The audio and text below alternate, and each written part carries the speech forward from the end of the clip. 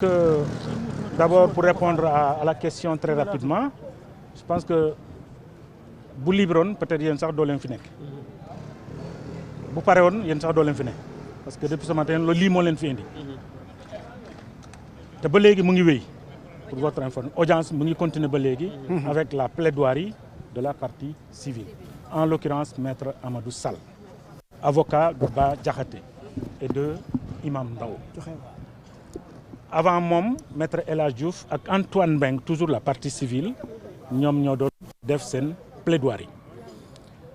alors ñoom ci seen i plaidoirie jàpp nañ ne ki nga xamante ni moom mooy Bah Diakhaté parler de Ousmane Sonko président du parti et non premier ministre et que ñoom dañoo rapporté ne que Bah Diakhaté dans ci réquisitoire bi dafa wax ni moom sa vidéo date de 2022 malheureusement un autre avocat a souligné qu'en 2022 Ousmane Sonko n'était pas premier ministre. Donc comment dans la vidéo on peut annoncer premier ministre et qu'on dise que la vidéo c'était en 2022. Donc la question elle est là, ça appartient maintenant au président du tribunal d'en décider, pas moi ni les avocats ni le procureur. Le procureur ci réquisitoire am admettre na ne ki nga xamante ni moom mooy Bah Diakhaté ak Imam Ndao en se basant sur le procès verbal bi nga xamante ne police judiciaire moom moo ko def au niveau de l'enquête préliminaire que ces propos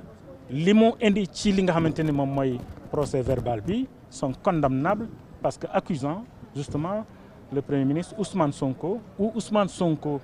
président du parti d'homosexuel. Les propos ni mu ko tuddee au niveau dans la vidéo ne me permet pas man ci revenir mënu ma ci dellu teggin wi nu ma ko waxee ci vidéo bi mënu ma ci ñëwaat quoi qu'il en soit jàpp naa ne le procès continue les deux parties dégg nañ leen mooy le procureur de la République ak ki nga xamante ni ñoom ñooy les avocats de Bah Diakhaté mais ce que je constate du côté des avocats de Bah Diakhaté ils sont plus, excusez-moi, ils sont plus dans la politique que dans les faits. Parce qu'ils sont dans la politique, parce que c'est Maître El Hadj Diouf qui, vous le savez, ne sera jamais avocat de Sonko. Maître Amadou Sall, qui a été dans un dialogue porte-parole de Benno Bokk Yakaar, qui est donc avocat de Bah Diakhaté. Vous comprendrez kon foofu loolu ñoom duñu mës a nekk du côté du premier ministre Ousmane Sonko donc man ci li ma déduire ci procès bi que mooy tey am na ñoo xamante ne dañu mbubboo procès bi notamment les partisans de Bah Diakhaté pour flinguer Ousmane Sonko et ici on attend sans doute de termes juridiques dans le fond du dossier véritablement apporter loo xamante ne xëy na mën na ci génne Bah Diakhaté c'est vrai maître Antoine Mbengue par exemple qui est avocat de Bah Diakhaté vraiment a été vraiment nekkoon na koo xamante ne ci plaidoirie am nangu nañ ne il était au fond du dossier parce que génne na ay article lu mel ni article 254 alinéa 2 génne na aussi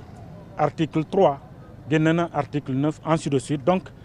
utiliser na vraiment des éléments techniques de plaidoirie pour mën a défendre son client. Maître El Hadj Diouf c'est bis bi yam diggante moom ak procureur répété waat na ko ci plaidoirie bi muy wax ne ki nga xamante ni moom mooy procureur de la République dafa war a nangu ne qu'il s'est trompé de bonne foi que nit ku dul juum amul dem na ba tudd ci Youssou Ndour nee na Youssou Ndour way na ko nee na nit ku dul juum amul kon procureur da nangu ne dafa juum ce que le procureur en tout cas dans sa plaidoirie une heure pratiquement 25 minutes wax na ci lu bëri loo xamante ne moo jëm ci procès bi maintenant li yëpp bu jeexee nag jàpp naa ne tout simplement bon le président du tribunal maintenant la décision va lui revenir de dire la vérité parce que justice loolu la il faut lire la vérité lire la vérité au nom du peuple et pour le peuple. D'accord dañuy ñëwaat ci kaaw ki nga xam ne nag moom mooy imam Cheikh Tidiane Ndao tam balaa ñuy ñëw ci li nga xam ne nag moom mooy verdict. waaw bon je pense que Cheikh Tidiane bon dafa rapporter des propos dans une vidéo et lu mu wax aussi bon il a demandé pardon voilà je pense que ànd ak moom fii lañ taxaw sànq ñu dékk leen micro lànk nañu ba tëdd si suuf ñu ne musu ko wax c'est pas le mot utiliser le mot pardon mais tournure bu mu utiliser mooy def na erreur et que mun nañ ko mun na mu ngi ñaan njëggal donc mun nañ wax ne foofu peut-être c'est le mot pardon la gars yi di bañ mais en réalité Imam Ndao aujourd'hui voilà il a dit de manière vraiment bu ñu ko tënkee mooy ça résume le pardon voilà. D'accord alors fi ma bëggoon ñëw mooy réquisitoire procureur souvent bu ñu comparé ay réquisitoire yi fi daan am daan na gën a diis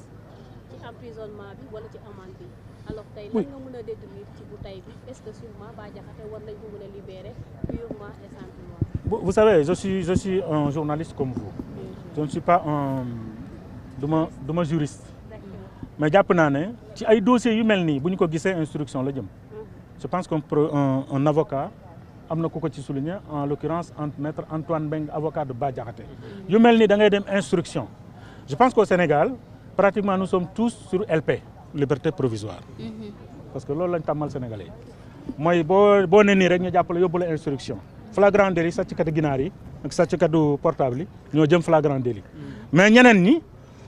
duñ dem flagrant délit instruction directe instruction mooy yaa nga ca kaso ba ñu jëbbal la deuxième cabinet mu lay seetu nga nekk ca kaso ba xamoo kañ ngay génn xamoo kañ lañ lay atte le temps que sa avocat di yéeg a wàcc nga dem 2 mois 3 mois 6 mois ñu door la may liberté provisoire. alors monsieur termine. Donc moom lañ tàmm di gis. Dossier bi je ne suis pas juriste mais yàgg naa quand même di suivre des procès parce que même le premier procès Hissène Habré fi la ma fekk que j'ai suivi tribunal B bi nekk fee donc ak yeneen procès même le deuxième procès donc am na yoo xamante ne xam nañ ko mais bii dafa dem flagrant délit loolu moo tax maître Antoine ne heureusement que dem na FLAC donc bu demee FLAC c'est moins contraignant c'est moins compliqué mais le procureur je pense dafa requiert 6 mois ferme 6 mois ferme ça c'est une procureur moom moo ko laaj avocat bi moom dafay taxaw mu naan bàyyil ma sama client bi procureur bi day taxaw moom mu ne nga condamnel ma ko 6 mois man mii di wax je n'en ai pas les prérogatives l'avocat bi amul prérogative bi procureur amul prérogative téye ku ne ki am prérogative bi c'est le président du tribunal le juge moom moo am prérogative bi nañu ko déglu xëy na moom bu fekkee ne joxewul verdict tey dina def délibéré pour prochainement mu joxe maintenant le verdict loolu yëpp li ñuy souhaité mooy peut-être que mu jeex tey parce que coow li bari na mais je dirais de facto vivement la réforme de la justice sénégalaise. D'accord alors Mala nga baal ma laataa ngay ñëw ci réforme yooyu noonu sànq kii di Omar Sow ak ñenn ci ñi nga xam ne ñoo jàppal tànk Bah Diakhaté dañ doon ŋàññi ñi nga xam ne ñoom ñooy journalistes yi rawatina suñu naataango yi di Sénégal. di wax saaga yi foofu laa ko war intervenir alors li ni mel ban taxawaay itam ngeen ci waram rawatina yi ñi nga xam ne yéenay les doyens. Bon, je connais pas Omar Sow. Exactement xawma kii kan la. moom mun naa wax ni sax moom propos yi moo gën a du. ci propos yi nga xam ne nag ñi ànd ak Bah Diakhaté. je ne connais pas ñi ñëwoon fii nii ci ginnaaw barrière yi di ñu saaga. je ne connais pas Omar Sow. J'ai entendu ce qu'il a dit. Dégg naa bu baax Omar Sow li mu wax. Mais je vais le dire tout simplement que nous ne sommes plus dans une république bananière. Nous ne sommes plus dans une république où il y a la loi de la jungle. Nous ne sommes plus dans une république où ce qui appartient à Massamba wala Mademba. Ci réew lañ nekk. Yéen ñi taxaw ni yëpp am ngeen carte de presse, am ngeen carte d'identité sénégalais. ngeen nekk ay journaliste ay reporter bu fekkente ne moom dafa jógee fële di ŋaññi journaliste saaga journaliste parce qu'il ne connaît pas son rôle gis nga ku xamul sa rôle yooyu yaay ŋaññ journaliste yaa ngi dégg ki xamul lan mooy rôle am moom mooy ŋaññ journaliste ce qui reste est que aujourd'hui la sécurité j'interpelle l'État la sécurité de tous ces journalistes est entre les mains de l'État. Et j'interpelle l'État fii ba ngeen jógee fii lenn rek bu dalee benn journaliste Oumar Sow est responsable ak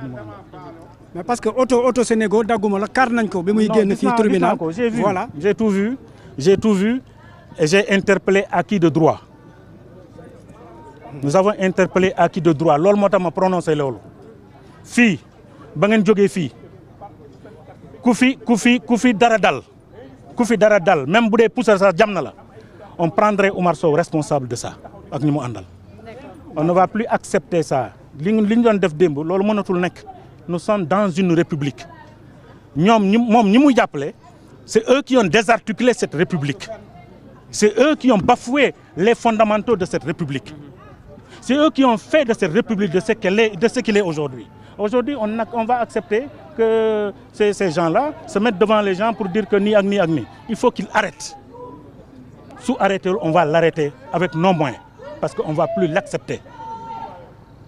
Le Sénégal restera sous nos gaal.